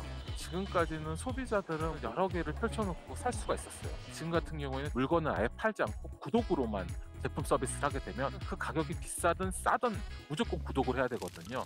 어도비는 이번 소송이 알려진 뒤 소비자가 긍정적인 경험을 하는 것을 최우선 가치로 둔다는 입장을 밝혔는데요. 그동안의 어도비의 행보는 소비자들에게 긍정적인 경험을 준 걸까요? 여러분들의 경험과 후기를 댓글로 남겨주세요. 주말이면 느긋하게 걷기도 하고 이런저런 행사도 즐길 수 있는 곳, 바로 잠수교인데요. 서울에서 유일하게 대교 아래에서 자유롭게 시간을 보낼 수 있는 곳이죠. 그래서 서울시는 아예 전면 보행화를 추진하고 있어요. 최근 공모전을 통해 당선된 설계안을 발표했는데 잠수교 위로 800m가량의 공중보행 다리가 구불구불 떠 있습니다. 그런데 전문가들은 이 공중데크의 위험성이 크다며 당선작 취소를 요구하고 있어요. 지금 잠수교에 무슨 일이 일어나고 있는지, 이대로 괜찮은 건지 교량 전문가와 함께 알아봤습니다. 2층 보행다리가 높이가 좀 문제가 있습니다. 현재는 과거 최고 홍수위, 즉 13.7m 위에 약 1m의 여유를 두고 보행 데크를 설치한다고 했거든요. 한강 홍수 수위가 16.1m거든요. 계획 홍수위라고 해가지고 한강에 올 수 있는 홍수위를 미리 정해 놓습니다. 한강 교량을 계획할 때는 계획 홍수위인 16.1m가 아닌 18.1m 위에 구조물을 계획하도록 되어 있습니다. 왜냐하면은 폐적물 같은 게 있으면 올라와 있을 수도 있고, 그 다음에 강이 곡선인 경우에는 한쪽에 물이 수위가 더 높을 수도 있습니다. 근데 그것보다 한참 밑에 있는 상황이거든요. 즉 계획 홍수위가 오면은 그 구조물이 물속에 잠겨서 강한 흐름 때문에 그 데크가 떠내려갈 수 있는 상황입니다. 어떤 사고로도 이어질 수 있는 예상되는 피해 상황에 대해서 말씀해 주시면 좋을 것 같아요. 첫 번째는 물이겠죠. 홍수위가 높아집니다. 흐르는 단면이 줄어드는 거죠. 물속에 흐르는 물을 막으려고 하는 물체가 있다 보니까 상류 쪽에 수위가 올라가게 됩니다. 그럼 그 수위가 대방을 넘을 수도 있고요. 그 다음에 이제 강하게 흐르는 물속에 있는 물체는 요동을 치겠죠. 흐르는 물을 방해하게 되면 이제 흐를 수 있는 면적이 줄어들고, 그러면 흐르는 속도가 빨라집니다. 반포대교 잠수교의 기초가 이제 흙으로 덮여 있지 않습니까? 그런데 이제 그 흙이 쓸려갈 수도 있는 상황이 될 수 있죠. 상향을 했을 때 그때는 이제 사람들이 지나다닐 수 있고 생활을 할 수가 있나요? 18.1m라는 설계 기준을 만족해서 구조물을 설치하려면은 반포대교 밑으로는 통행이 이제 불가합니다. 왜냐하면 반포대교 높이가 18.1m보다 조금 낮거든요. 만약에 통행을 하고 싶다 그러면 반포대교 바깥으로 나가서 통행을 해야 되는 상황입니다. 공중다리뿐만이 아닙니다. 이 다리를 공중에 매다는 케이블과 관련한 문제도 있다고 하는데요. 현재는 케이블로 반포대교 교각에다가 매다는 형태로 계획을 했습니다.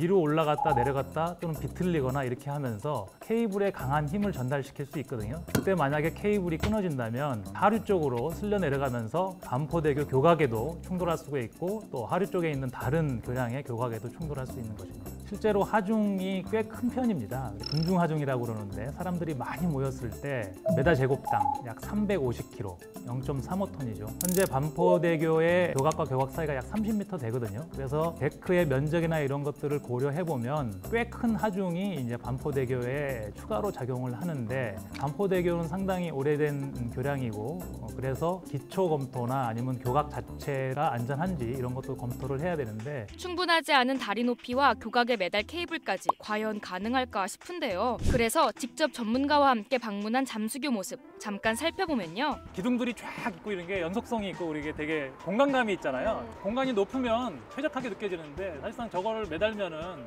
좁아 보이고 저 둔치에서부터 이렇게 올라가거든요. 이렇게. 네네네.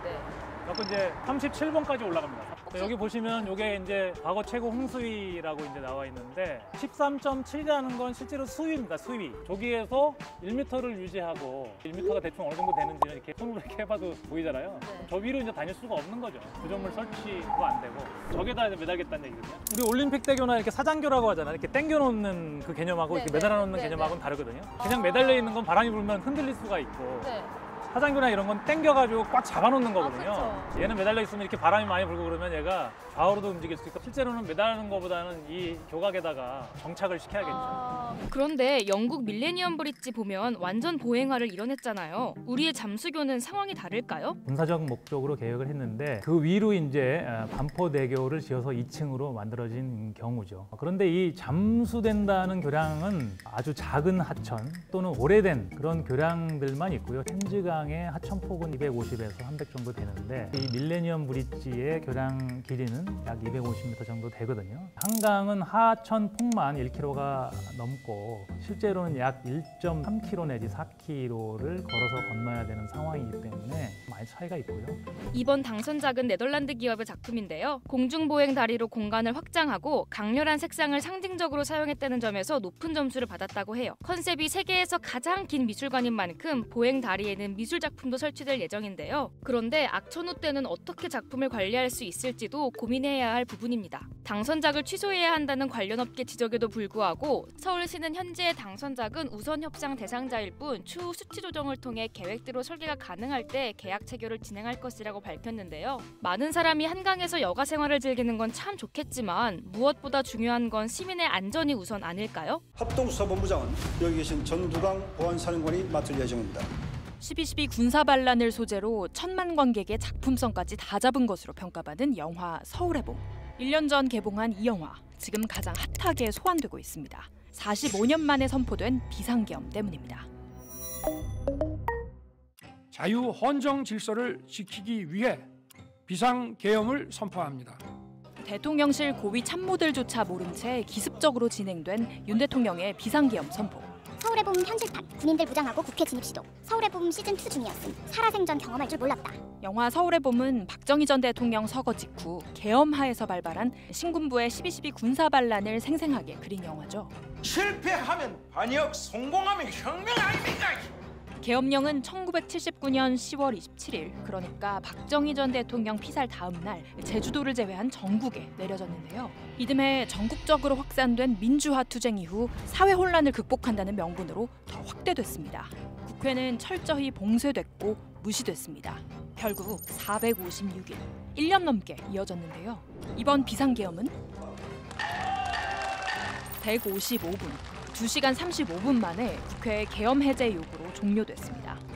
통상 계엄이 선포되면 계엄과가 있는 합동참모본부의 장이 계엄사령관을 맡는 것으로 여겨지는데요. 이번엔 박안수 육군참모총장이 임명됐습니다. 1979년 계엄 당시에도 사령관은 육군참모총장이었습니다. 영화 속 이 인물 기억하시나요? 정승화 육군참모총장. 결국 전두환 등 신군부 세력에 의해 체포됐습니다. 당시 계엄하에서는 정치인 연행, 가택연금 같은 강제 조치가 이루어졌습니다.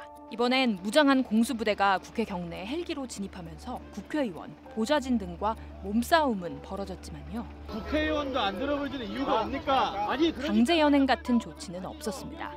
전두환의 계엄, 그땐 언론사도 계엄사 통제를 받았습니다. 그래서 서울 시민 대부분은 광주에서 일어난 대규모 유혈 사태조차 알 수가 없었고요. 반면 이번 비상계엄 155분 동안 벌어진 계엄의 사실상 전 과정이 SNS를 통해 국내외에 실시간 공유됐습니다. 과거와 달리 큰 충돌 없이 계엄 해제가 이루어질 수 있었던 원인, 모든 과정을 시민들이 지켜봤기 때문이라는 분석도 나옵니다. 신군부의 비상계엄은 역사에 불법으로 남았습니다. 우리 대법원이 1997년 12.12를 명백한 군사반란으로 보고 당시 내려진 계엄령 역시 내란이었다고 판단한 건데요. 대법원은 폭력에 의한 정권 장악은 어떠한 경우에도 용인할 수 없다고 못 박았습니다. 야당은 이번 비상계엄 그때처럼 불법이라고 주장했고요. 윤 대통령을 내란죄로 고발하는 한편 탄핵을 추진하겠다고 밝혔습니다. 1980년 8월 16일 최규하 당시 대통령은 하야했고 신군부는 권력을 완전히 장악했습니다. 윤 대통령의 비상계엄을 계기로 오늘 대통령실 실장급과 수석비서관, 국무위원 전원은 사의를 표명했습니다. 시민사회는 민주주의 유린, 위헌적 계엄이라며 규탄하고 있고요. 2024년 2시간 35분의 비상계엄, 거대한 후폭풍을 피할 수 없게 됐습니다. 이 노래 아시죠? 1990년대 팝랩 전성기를 이끈 힙합계 전설 퍼프데디의 대표곡입니다. 퍼프데디는 배드보이 레코드의 창업자로 다수의 힙합, R&B 가수들을 키워낸 프로듀서로도 명성을 떨쳤죠. 사업까지 성공하며 억만장자 반열에도 올랐는데요. 그런데 지금 미국 대중문화계가 일명 디디게이트로 시끌시끌합니다. 디디는 퍼프데디의 또 다른 예명. 그는 지난달 체포돼 현재 뉴욕 브루클린 구치소에 수감 중이고요. 저스틴 비버, 비욘세 같은 미국 톱 스타들의 이름이 디디게이트에 거론되고 있습니다. 대체 무슨 일인 걸까요? 사건이 수면 위로 드러난 건 퍼프데디의 전 여자친구 가수 캐시의 고소 때문입니다. 퍼프데디가 폭행으로 위협하며 마약을 투여하고 다른 사람들과 강제로 성관계를 하게 했다는 충격적인 주장이었습니다. 퍼프데디가 캐시를 때리고 방으로 끌고 가는 영상까지 공개가 됐어요. 그리고 미국 수사당국이 올해 3월 퍼프데디 자택을 압수수색했는데요. 이상한 물건들이 나왔습니다. And they seized cases and cases of the kinds of personal lubricant and baby oil that Combs' staff allegedly used to stock hotel rooms for the freak-offs, more than 1,000 bottles altogether. 베이비 오일, 프리거프 발표 이후 퍼프데디가 해마다 열었던 화이트 파티가 재조명됐는데요. 미국 상류층과 톱스타들이 즐겨 찾고 흰색 옷만 입고 갈 수 있다는 기괴한 파티. 당시 퍼프데디는 헐리우드의 개츠비로 이름을 알렸습니다. Everybody gets a little bit more comfortable and loose. Builds up a nice little sweat. That just sounds disgusting. 특히 프리거프라고 불린 파티 뒤풀이가 범죄의 온상이었는데요. 수사당국에 따르면 이 파티는 한 번 열리면 며칠씩 진행되기도 했다고 합니다. 이곳에서 남성과 여성 피해자들에 대한 마약 강제 투여, 불법 촬영, 성매매, 강제노동, 납치 등의 범죄가 이뤄진 걸로 조사됐습니다. 퍼프데디는 이걸 녹화해서 피해자들을 협박하는 데 썼고요. He was violent. And he subjected victims to physical, emotional, and verbal abuse so that they would participate in the freak-offs. And that Combs hit, kicked, threw objects at, and dragged victims, at times by their hair. 퍼프데디의 충격적인 두 얼굴이 수사를 통해 드러나자 파티 참석자들의 명단이 인터넷에 돌기 시작했는데요. 다른 셀럽들에게도 불똥이 튀었습니다. 비욘세와 제이지 부부, 애시튼 커처, 레오나르도 디카프리오 등이 참석한 걸로 알려지는데요. 이 은밀한 파티에서 마약과 성폭력이 난무했는데도 이들이 입국다탄 거 아니냐며 비난이 쏟아지고 있어요. Diddy party stories, they're our favorite genre of anecdote, if you have one, yeah. Wow, okay, I've got a lot I can't tell. So, I can't tell that one either. 특히 평소 퍼프데디와 각별했던 걸로 알려진 비욘세에 대한 성토가 거셉니다. 비욘세가 퍼프데디를 시켜서 경쟁 가수들을 살해한 거 아니냐는 루머까지 돌기 시작했고요. SNS에서 이를 희화화한 밈들이 쏟아져 나오고 있습니다. 퍼프데디가 프로듀서로도 왕성하게 활동한 만큼 남녀 가수들을 덕노예 삼았다는 의혹도 제기됐어요. 퍼프데디와 함께 앨범 작업을 한 릴로드가 성추행 등의 혐의로 그를 고소했고요. 저스틴 비버가 14년 전 자신의 유튜브에 올린 퍼프데디와 48시간 함께 있기 브이로그 영상도 갑자기 소환됐습니다. Where we hanging out and what we doing, we can't really disclose, and we gonna go buck full crazy. It was hard for me. Being that young and being in the industry and not knowing where to turn and 퍼프데디가 발굴한 어셔가 어린 시절 퍼프데디와 함께 지낸 시간에 대한 인터뷰도 재조명됐고요. I don't know if I could indulge and understand what I was even looking at. It was pretty wild. 대중들은 저스틴 비버와 어셔도 피해자가 아닌지 의심하고 있어요. 디디게이트가 확산하면서 퍼프데디로부터 성폭력 피해 등을 입었다고 나선 추가 고소인은 120명. 이 중 25명은 당시 미성년자였다고 해요. 공포스러운 의혹 또 있습니다. 살인 청부 의혹. 1996년 유명 래퍼 투팍 살인 사건. 미제로 남아있다가 지난해 갑자기 용의자가 잡혔는데요. 이 용의자가 퍼프데디가 투팍을 살해하라고 시켰다고 진술한 거예요. 투팍의 가족들은 변호사를 고용해 이 사건을 다시 조사하고 있다고 합니다. 현재 퍼프데디에 대해 수사 중인 사건은 100건이 넘는데요. We are not done. This investigation is ongoing, and I encourage anyone with information about this case to come forward and to do it quickly. 현재 퍼프데디는 대부분의 혐의를 부인하고 있습니다. 21세기 힙합 대부 퍼프데디가 구축한 거대한 힙합 제국은 정말 끔찍한 범죄들을 바탕으로 이루어진 걸까요? 앞으로 진행될 수사 결과를 지켜봐야겠습니다.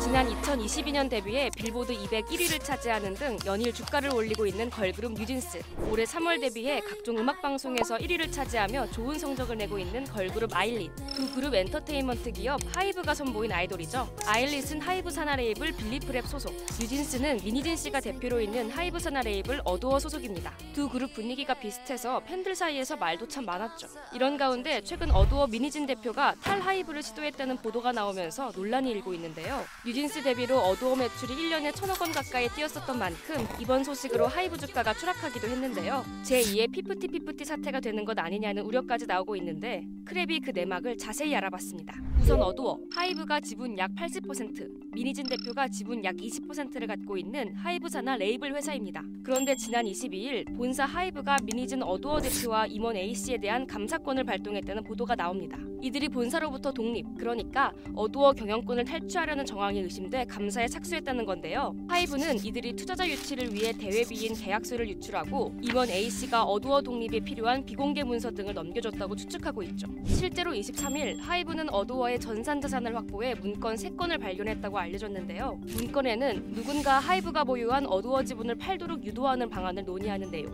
앞으로의 목표들이 담겨 있었다고 전해집니다. 하이브는 사내 공지 메일을 통해 이런 내용을 공식화하기도 했어요. 그런데 미니진 대표 측 입장은 달랐습니다. 민 대표는 경영권 탈취라든가 이런 부분에 대해서는 있을 수 없다. 실제로 지분 구조를 봐도 80%가 하이브고 20%가 민 대표를 포함한 어두어 측의 경영진 지분이거든요. 이런 상황에서 어떤 경영권을 탈취한다라는 것은 상식적으로 어렵지 않냐. 이게 민 대표의 입장이었습니다. 민 대표는 방시혁 대표의 뉴진스 베끼기가 이 모든 갈등의 원인이라며 입장문을 발표하기도 했습니다. 특히 신인그룹 아일릿의 전체적인 컨셉, 정체성이 뉴진스와 흡사하다는 게 민 대표의 입장인데요. 하이브 측은 부분적으로 유사한 부분이 있을 수 있지만 K-팝 산업 특성상 둘은 전혀 다른 그룹이라는 평가가 있다고 주장했죠.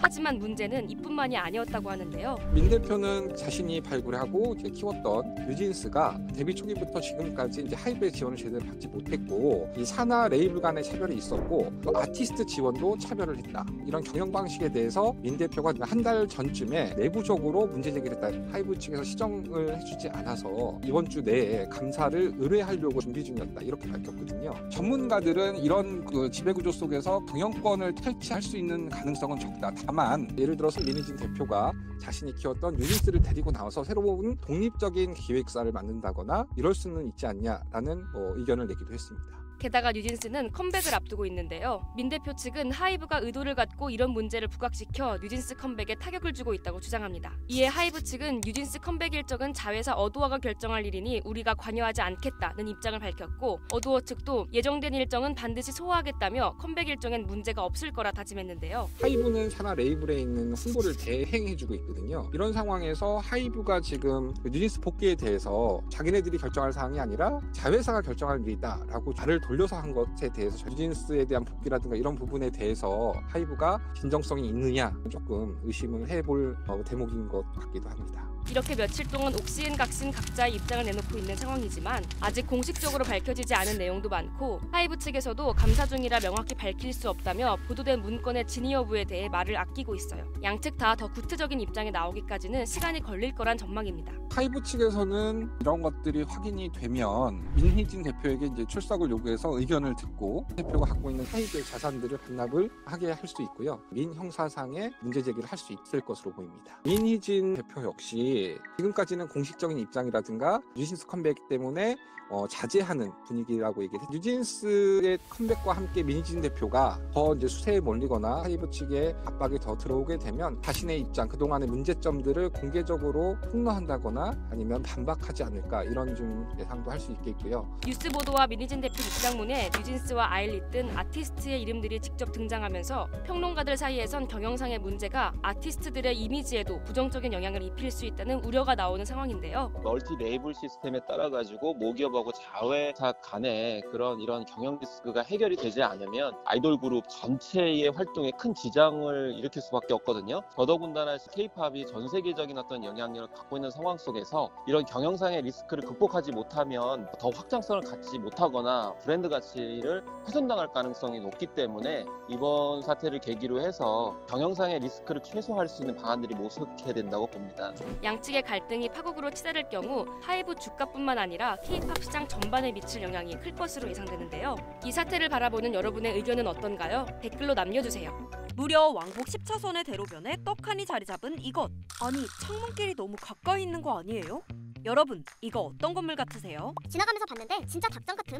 여긴 볼 때마다 숨막힘. 구룡성체 같다. 이곳 서울시의 한 주상복합 건물인데요. 아파트에는 999가구, 오피스텔에는 무려 3,636가구가 빼곡하게 들어서 있습니다. 다닥다닥 붙어있는 밀도와 무채색의 일정한 높이로 네모난 외관 때문에 커뮤니티에서는 구치소보다 더 구치소 같은 주상복합이라는 말이 나올 정도였는데요. 아무리 그래도 구치소는 너무한 거 아니야? 했는데 근처 구치소가 좀 예쁘게 생기긴 했더라고요. 너무 정사각형에 빽빽하고 그래서 처음에 생겼을 때는 좀 답답한 느낌도 많이 들었고, 차로 출퇴근을 하다 보면 사실은 징그럽다는 느낌까지 들 정도로 외관상 막상 살아본 사람들은 편의성도 좋고 내부는 괜찮다고 말하기도 했지만 건축물 디자인이 도심 경관과 맞닿아 있다 보니 근처 주민들의 반대는 없었는지 궁금해하는 사람들도 있었는데요.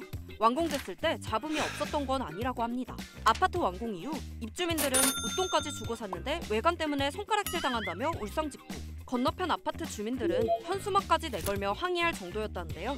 이 건물을 설계한 건축가는 갈수록 복잡해지는 사회에 담백한 디자인을 추구했다 밝혔고, 건설사는 우린 시행사가 설계한 대로 지었다며 각자의 입장을 내놓기도 했었죠. 그런데 디자인도 디자인이지만 건물이 이렇게 지어진 더 큰 이유가 있다고 합니다. 서울시에서요, 도시계획 조례를 해서 이 상업지역 내 주거복합 건물의 용적률 600%로 상향을 시켰었습니다.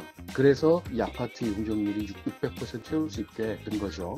용적률은 일정 단위의 땅 위에 얼마나 많은 바닥이 쌓여 있는지를 뜻하는 말인데요. 예를 들어 100평의 땅에 바닥이 50평인 건물이 5층 올라갔다면 건물의 용적률은 250%가 되는 겁니다. 용적률이 높아지면 건물을 더 높이 올릴 수 있는 거죠. 우리나라의 모든 땅은 법률에 따라 용도 지역을 갖게 되는데요. 이 건물이 들어선 곳은 근린 상업지역으로 구분돼 일반 주거지역보다 더 높은 용적률이 적용된 겁니다. 그런데 유난히 이 건물이 더 답답해 보이는 이유, 이게 끝이 아닙니다. 거기가 서울공항에서 멀지 않거든요. 서울공항은 군사보호시설이기 때문에 주변 지역에 대해서 고도 제한을 합니다. 용적률은 채워야 되고 높이 올릴 수 없으니까 방법은 건폐율을 빽빽하게 채우는 거거든요. 용적률이 얼마나 많은 바닥이 쌓였는지 나타내는 척도라면 건폐율은 이 바닥의 크기를 결정하는 건데요. 가령 100평의 땅에 50평짜리 건물 한 개를 세운다면 이 땅의 건폐율은 50%가 되는 겁니다. 건설사 입장에선 규제 때문에 건물을 더 높이 올릴 수가 없으니 바닥 넓이를 넓혀 용적률을 꽉꽉 채우려고 한 건데요. 실제로 이곳은 다른 건물에 비해 층수는 낮고 건폐율은 높은 편이라고 해요. 기존에 있는 일반 주거지역 아파트 같은 경우는 한 25%, 30% 정도 넘질 않아요. 지금 그 아파트 같은 경우는 건폐율이 최고 줄어들 수 있는 게 60% 정도일 건데 55% 정도로 건폐율을 꽉 채웠거든요. 이렇게 건폐율까지 높으면 동과 동 사이의 거리가 가까워 사생활이 침해되고 일조량 문제가 생길 수도 있다는데요. 높은 용적률과 건폐율로 우려의 시선을 받는 게 꼭 이 건물만의 일도 아닙니다. 경기도 수원에는 용적률 499%에 건폐율 23%, 부산에는 무려 용적률 949%에 건폐율 49%로 지어진 아파트가 있어 홍콩 못지않은 닭장 아파트라고 화제가 되기도 했거든요. 정부는 최근 법을 개정해 도심 용적률 제한을 더 완화하는 정책을 추진 중인데요. 전문가들 사이에선 우려의 목소리도 나오는 상황입니다. 도심에 많은 주거를 확보할 수 있는 장점이 있는 만큼 주거환경 쾌적성 문제, 향후 주거지 슬럼화 문제가 발생할 가능성이 있기 때문인데요. 미국 같은 경우도 시카고 지역 같은 경우는 굉장히 고밀로 지었던 적이 있습니다. 그런데 30년, 40년이 지나니까 재건축을 못 하잖아요. 너무 비용이 많이 들어서. 그러면 결국은 그 지역에 주거지 슬럼화 현상이 발생할 가능성도 굉장히 높아지거든요. 인구 밀도가 높은 곳일수록 주거의 편리함과 쾌적함, 효율성과 아름다움 사이 고민은 깊어지는 것 같은데요. 우리나라 같은 경우가 주거 지역에 대한 밀도 이런 것들에 대한 규제는 그렇게 강한 편은 아닙니다. 이탈리아라든지 이런 곳은 동네 전체가 동일한 색깔을 가지고 있잖아요. 그리고 건물을 지을 때도 주변 지역과의 정합성을 고려해서 심의를 반드시 통과하게끔 강하게 좀 규제를 하는 측면들이 있습니다. 미래를 고민하기보다 당장의 수요만을 위해 아파트를 건설하는 모습에 우려의 목소리가 나오는 상황. 앞으로 주거 수요 충족과 쾌적함, 두 마리 토끼를 모두 잡기 위해서는 어떤 노력이 필요할까요? 여러분의 의견을 댓글로 남겨주세요. 예, 카피바라야. 친구들이랑 싸우지 말고 사이좋게 지내야 한다. 아, 엄마, 전 한 번도 싸워본 적 없다고요. 무덤덤해 보이는 표정에 복슬복슬한 털, 등에 새가 타도 그저 평온한 이 동물. 좀 비슷하게 생겼지만 뉴트리아 아니고요. 바로 카피바라입니다. 가수 블랙핑크의 뮤직비디오에도 출연했을 만큼 인기 스타인데요. 귀엽게 생겼는데 몸 길이 1m에 몸무게가 60kg이나 돼서 현재 지구상에 존재하는 설치류 중에 제일 크대요. 게다가 놀라운 친화력으로 인터넷에서 화제가 됐는데요. 같은 카피바라끼리 등에 올라타 이동하는 건 물론 무려 악어를 타고 숲과 강을 누비는 짤이 인터넷에 돌아다닐 정도입니다. 그런데 이 친구들 주로 남아메리카에서 풀을 먹고 살아서 먹이사슬 최하위나 다름없고요. 악어도 천적에 포함된다는데 이거 실제로 가능한 일인가요, 박사님? 이제 카이만 같은 경우에 가장 대형 인종들이 한 450kg까지 가거든요. 근데 카피바라가 보통 암컷 같은 경우에 80에서 90kg까지 가요. 그럼 카이만의 입장에서도 결코 작은 사냥감이 아니에요. 카피바라랑 악어가 친구가 된 건 아니고요. 영상이 진짜라면 악어가 배불러서 적극적으로 사냥하지 않았을 때 우연히 찍혔을 가능성이 있다고 합니다. 두 번째는 일단 카피바라 자체가 어린 개체예요. 이 어린 개체들이 가지고 있는 두 가지 특성이 있죠. 하나는 무모함과 하나는 잘 알지 못함이죠. 무모한 짓을 하고 있는 거예요. 그런데 카피바라랑 사이 좋아 보이는 게 악어뿐만은 아니잖아요. 새들부터 원숭이, 고양이, 거북이에 심지어 사람까지. 카피바라는 어쩌다 이렇게 친화력 갑이 된 걸까요? 아마존이나 또는 판다나리라고 하는 곳에 가보면 동물상의 밀도가 매우 높아요. 이런 동물들의 입장에서는 카피바라라고 하는 동물이 포식동물이 아니니까 카피바라 입장에서 이런 동물들이 자신을 특별히 귀찮게 하지 않으니 이런 동물들은 카피바라가 가지고 있는 다양한 자원들을 활용하게 되겠죠. 예를 들어 새들은 카피바라 털에 있는 벌레나 죽은 각질을 먹으려고 위에 올라타 있기도 한다는 겁니다. 카피바라라고 하는 동물이 초원지대에서는 가장 키가 큰 편이거든요. 그러면은 이제 카피바라의 몸 위로 올라가는 것이 주변을 살피는 데 도움이 될 수도 있을 거고요. 수생 거북들의 입장에서는 카피바라가 좋아서라기보다 쉴 수 있는 곳이죠. 그냥 움직이지 않으니까. 그쵸, 바위죠. 아니, 카피바라랑 친한 줄 알았는데 카피바라를 이용하는 건가요? 그쵸, 자연계에 친하다라는 개념은 없죠. 그건 인간이 만들어낸 일종의 허상인 거죠. 카피바라와 동물들이 친하다기보단 서로 먹고 먹히는 관계가 아니니 대면대면하거나 공생관계라는 겁니다. 카피바라 같은 초식동물은 에너지를 아껴야 해 주위에 천적이 없다면 굳이 크게 움직이지 않는데요. 육지에서 천적이 나타나면 발에 물갈퀴가 있어서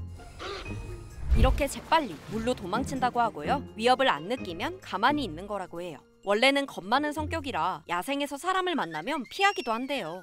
우리가 보통 쥐라고 했을 때 가지고 있는 부정적인 이미지들이 있지 않습니까? 그런데 카피바라 같은 경우에는 보면 쥐가 되게 웃기게 생겼네? 근데 표정도 되게 뚱하고 재밌어. 모든 다른 동물들 또는 자기들끼리도 매우 친화적인 것 같고 큰 어려움이 없이 사는 것 같고 젊은 층들이 가지고 있는 자신의 삶에 대한 어떤 팍팍한 현실이 있지 않습니까? 그렇다고 대비되는 모습에서 좀 더 이상향으로 삼은 것이 아닌가 싶어요. 천적을 피하기 위해 10마리에서 최대 100마리까지 함께 모여 살고 이동할 때 가끔 새끼가 어미 등에 타고 있기도 하다 보니 카피바라가 친화력 좋다는 인식이 생긴 것 같다고 해요. 이 친구 너무 귀여워서 집에서 키우고 싶다는 사람들도 있었는데요. 안 됩니다. 왜냐하면 이 친구들 같은 경우에는 체구가 우리가 상상하는 수준을 넘어가요. 암컷은 60에서 8, 90까지 가는 사례들이 있습니다. 그럼 제가 키 180에 80kg이거든요. 저만한 동물을 집안에서 기르는데 그 동물은 기본적으로 물에서 생활해야 돼요. 이걸 누가 감당할 수 있을까요? 게다가 속털이 없어 겨울에는 추위를 많이 타고 물속에 배설할 가능성도 커서 개인이 기르기에는 무리입니다. 학대가 될 수도 있다고 하니 귀엽지만 우리 영상에서만 보는 걸로 하자고요. 핵인싸로 소문났지만 의외로 겁도 많고 급할 때는 재빠르게 움직이기도 한다는 카피바라. 여행 갔다가 길에서 만나더라도 조심히 지켜보기만 하는 게 좋을 것 같네요. 혹시 또 궁금한 동물이 있다면 댓글로 알려주세요.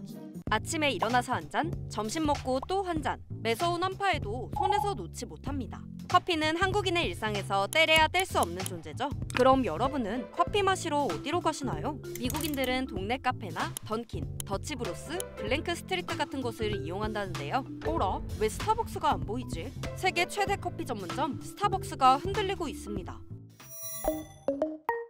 Completely shocked because it was always a busy place. 지난 여름 미국 뉴욕 맨해튼에 있는 스타벅스 매장이 문을 닫았습니다. 1995년 영업을 시작해 30년간 자리를 지켜오던 곳인데요. 임대인이 기존과 같은 임대료를 제시하며 계속 있어달라고 했지만 스타벅스가 거절했다고 해요. 스타벅스는 정확한 이유를 밝히지 않았지만 미국 언론들은 부진한 매출과 연관짓고 있어요. 돈 안 되는 매장을 닫은 거 아니냐는 건데요. Breaking news on Starbucks. Starbucks has suspended its 2025 forecast. 스타벅스 3분기 매출을 보면요. 91억 달러로 1년 전보다 3% 줄었습니다. 3개 분기 연속 매출이 감소세를 보이고 있는데요. 주당 순이익은 무려 25%나 쪼그라들었습니다. 스타벅스 위기는 안방인 미국이 흔들리면서 찾아왔습니다. 방문자 수가 10% 급감했는데요. 미국의 대표적 프랜차이즈이자 충성 고객 많기로 유명한 스타벅스가 어쩌다 이런 신세가 됐을까요? 답은 가격에 있습니다. 4년 전만 해도 3.95달러 하던 라떼 한 잔이 지금은 4.95달러입니다. 같은 기간 맥도날드 커피가 40% 이상 올랐지만 그래도 스타벅스보다 저렴합니다. 결국 한 잔에 7, 8천 원 하는 커피값에 미국 소비자들이 부담을 느끼고 있다는 얘긴데요. Well, the price of coffee has plunged 30% recently. So they say they're providing an experience. 에스프레소 한 잔과 책이나 노트북을 들고 소파에 앉아 편히 몸을 쉴 수 있는 곳. 커피 이상의 경험과 공간을 판다는 하워드 슐츠 전 스타벅스 회장의 경영 철학은 스타벅스를 세계 최대 커피 전문점으로 키웠는데요. 지난 71년 스타벅스는 손님이 보는 앞에서 직접 원두를 갈아 막 뽑아낸 재료로 신선한 커피를 제공하는 파격적인 영업을 시작했습니다. This will be that much better. 문제는 8달러짜리 라떼가 등장할 정도로 가격이 올랐지만 다른 카페와 비교하면 차별점이 없습니다. 매장에는 편안한 소파 대신 오래 앉을 수 없는 딱딱한 의자가 자리하고 있고요. 패스트푸드 업체처럼 고객이 모바일이나 드라이브스루로 커피를 받아 떠나게 하고 있습니다. 아예 픽업 전용 매장도 등장했는데요. 그런데 가격대는 높으니까 고객들은 굳이 스타벅스를 가야 하는 이유를 발견하지 못했고 결국 발걸음을 돌린 겁니다. 여기에 팁까지 요구하면서 단골 손님들마저 등을 돌리고 있는데요. 또 다른 불만은 대기 시간이 너무 길다는 겁니다. Starbucks wait times have ballooned this year. Technomics says 8% of Starbucks customers waited between 15 and 30 minutes for their order. 우유나 시럽, 토핑까지 모바일 앱으로 선택할 수 있는 옵션이 130가지가 넘다 보니 당연히 바리스타가 커피를 제조하는 시간이 길어지고 고객 또한 한참을 더 기다려야 하는 겁니다. It is the biggest Achilles heel for Starbucks. I remember the most is that we were in Chicago at 8 a.m. and everyone shows up and all of a sudden we got a mosh pit and that's not Starbucks. 미국 다음으로 큰 중국 시장에서도 고전을 면치 못하고 있습니다. 3분기 매출이 14%나 줄었는데요. 매출 1위 자리도 중국 토종업체인 루이싱 커피에 내주고 말았습니다. 루이싱 커피는 저렴한 가격을 내세워 성공했는데 매장 수도 압도적 차이를 보입니다. A cup for as low as, get this, less than 10 renminbi, or a little over just $1. 그렇다면 한국은 어떨까요? 스타벅스 코리아는 지난해 3조 원에 가까운 사상 최대 매출액을 기록했지만요. 이익률은 다릅니다. 2021년에 10%를 넘기기도 했지만 최근엔 반토막 수준. 공교롭게도 이마트가 최대 주주가 된 이듬해인 2022년부터 크게 꺾였습니다. 스타벅스 코리아가 다음 달 1일부터 커피류를 제외한 아이스 음료 11종의 풀사이즈 메뉴 가격을 200원씩 인상합니다. 커피 원두 가격과 인건비 인상 등이 수익성을 까먹고 있고 경쟁자인 저가 커피 영향도 큽니다. 고물가 여파로 2,000원 이하의 싼 커피를 찾는 소비자들이 많아졌기 때문인데요. 가격 경쟁력과 높은 회전율을 앞세운 저가 커피는 영업이익률도 높습니다. 키오스크 없고 진동벨이 뭐냐든 남들 안 하는 건 철저히 안 해온 스타벅스가 변하고 있습니다. 스타벅스 코리아는 이전에 없던 구독 서비스를 시작하고 키오스크 설치도 검토하는 것으로 전해졌습니다. 하지만 스타벅스 직원들은 정작 문제는 다른 데 있다고 말합니다. 음료나 서비스의 질이 나빠져 실적이 예전만 못하다는 겁니다. 스타벅스의 가장 큰 과제는 영업 실적을 올리는 것과 함께 지금 이번에 직원들의 반발이 있었잖아요. 결국은 스타벅스 직원들에 대한 상생 내지는 직원들과의 협력, 그걸 통해서 이 브랜드가 소비자들한테도 잘하지만 내부 직원들한테도 잘한다는 그런 기업 이미지를 만들어가는 것이 굉장히 중요하다. 스타벅스 본사는 지난 8월 실적 부진 등의 책임을 물어 렉스먼 내러시먼을 해임하고 음식 프랜차이즈 치폴레를 이끌었던 브라이언 니콜을 새 CEO로 선임했는데요. 그가 내건 필승 전략은 백투 스타벅스. 고객이 매장에 더 오래 머무를 수 있는 환경을 만들어 본래의 스타벅스로 돌아가겠다는 겁니다. 또 두유나 오트밀크 등 식물성 우유로 바꿔도 추가 비용을 받지 않기로 했고요. 메뉴도 단순화하기로 했습니다. 스타벅스가 그 시장에서 계속 승자가 되기 위해서는 현재 안주하지 않고 품질이나 가격이나 서비스에서 계속해서 혁신하고 변화하고 해야 되는 것이 분명한 과제라고 보여집니다. 스타벅스는 구겨진 자존심을 회복하고 고객들의 마음을 다시 사로잡을 수 있을까요?